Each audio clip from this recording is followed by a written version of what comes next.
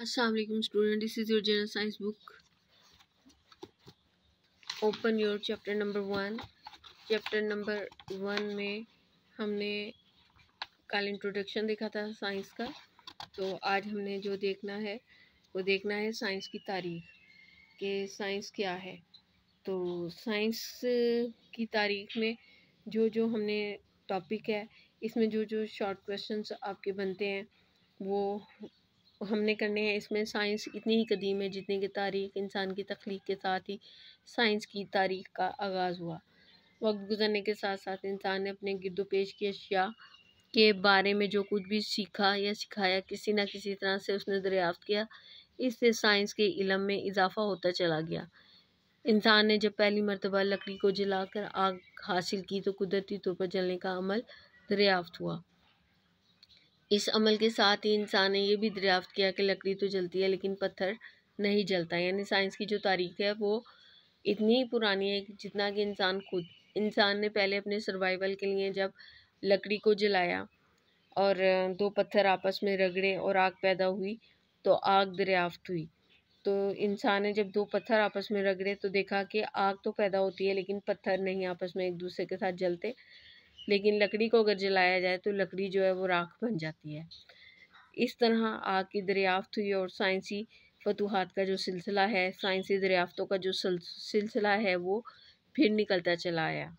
फिर इसके बाद यूनानी फ़िलासफ़र, सेकंड पैराग्राफ है। इसमें यूनानी फ़िलासफ़र जहाँ दूसरे अलूम पर हावी रहे वहाँ साइंस में भी इनका काफ़ी अमल दखल रहा।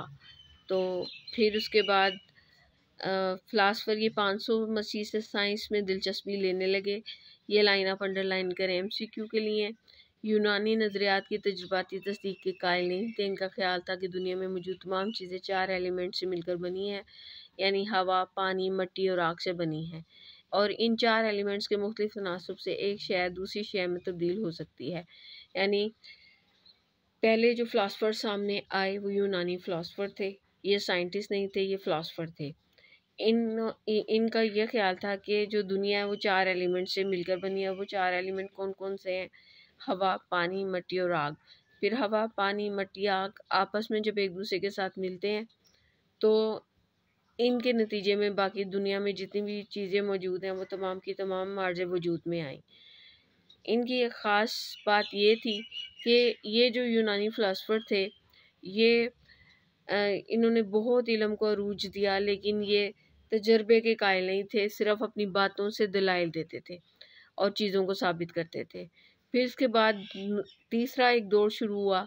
यानी पहले दौर में तो आग दरियाफ्त हुई, दूसरे दौर जो आप समझ लें वो यूनानी फ़िलासफ़रों का था। फिर तीसरे दौर में 600 से 1400 सन ईस्वी का जो दौर है वो इस्लामी कीमियागरी का दौर कहलाता है। ये लाइन भी MCQ के लिए नोट कर लीजिए आप। फिर इसके बाद इसमें इस दौर में बहुत से लाइक और तहकीक ज़हन रखने वाले लोगों ने मादे के ख़वास का मुशाहिदा किया। तजर्बात किए गए नए एलिमेंट्स दरियाफ्त हुए, आर्सेनिक जैसे। इसके अलावा कंपाउंड की खासी बड़ी तादाद बनाई गई। बहुत से तजर्बाती आलात, कशीद, रिटार्ट वगैरह बनाए गए। इल्मी कीमियागरी के दौर को बजा तौर पर मुसलमान साइंसदानों का दौर कहा जाता है। इन्होंने पहली मरतबा इल्म कीमिया को तजुर्बाती साइंस की हैसियत से पेश किया। इस दौर में अनगिनत तजुर्बात किए गए, बहुत से नए कीमियाई अवामिल यहाँ पर दरियाफ्त हुए। यानी इस दौर में ये जो मुसलमानों का दौर कहलाता है, इस्लामी कीमियागरी का दौर कहलाता है, इस दौर में जो है तजुर्बाती साइंस को बहुत अरूज मिला। फिर 13वीं सदी में चंगेज़ खान और हलाकू खान के हाथों आलम इस्लाम पर तबाही के नतीजे में मुसलमान जो पिछली 7 सदियों तक अहलो इल्म दानिश के इमाम पेशवा थे पीछे हटने लगे।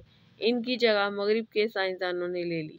यानी यहाँ मुसलमानों का ज़वाल शुरू हुआ। सियासी वजूहात की वजह से चंगेज़ खान, हलाकू खान इन्होंने जो है मुसलमानों की तमाम तालीमी दरसगाहों को जो है तहस नहस करके रख दिया। फिर जो है यूरोपीय साइंसदान सामने आए और उन्होंने मुसलमानों की कायम करदा लेबॉर्ट्रीज़ में फिर काम किया। तो आज के लिए रीडिंग है इंट्रोडक्शन। इंशाअल्लाह ताला इसमें से जो शॉर्ट आंसर बनेंगे वो कल हम देखेंगे। ओके, अल्लाह हाफिज़।